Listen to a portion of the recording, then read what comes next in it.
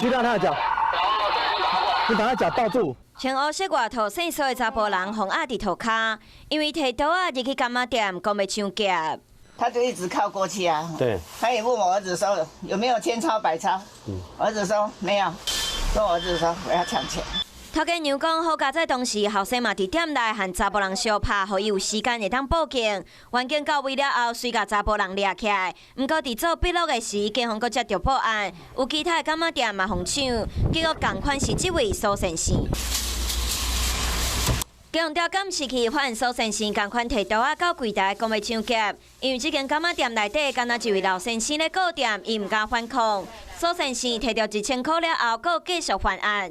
结果伫第二间柑仔店的时阵，和头家娘的后生相拍，才有警方掠起来。严警发现，影片中与目前在派出所范闲为同一人，两岸发生相隔约7分钟。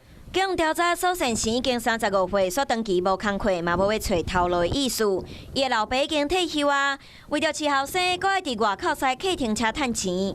代志发生迄天，敢若就是苏先生和老爸讨钱，互拒绝。伊就摕刀啊，连续伫德兰2间柑仔店抢劫，结果敢若摕到2000块，都互掠着。我是陈雅玲，想要跟我一起从零掌握天下事吗？赶紧按下华视新闻 YouTube 频道的订阅按钮，开启小铃铛，跟我一起探讨公共议题，给您最专业的华视新闻。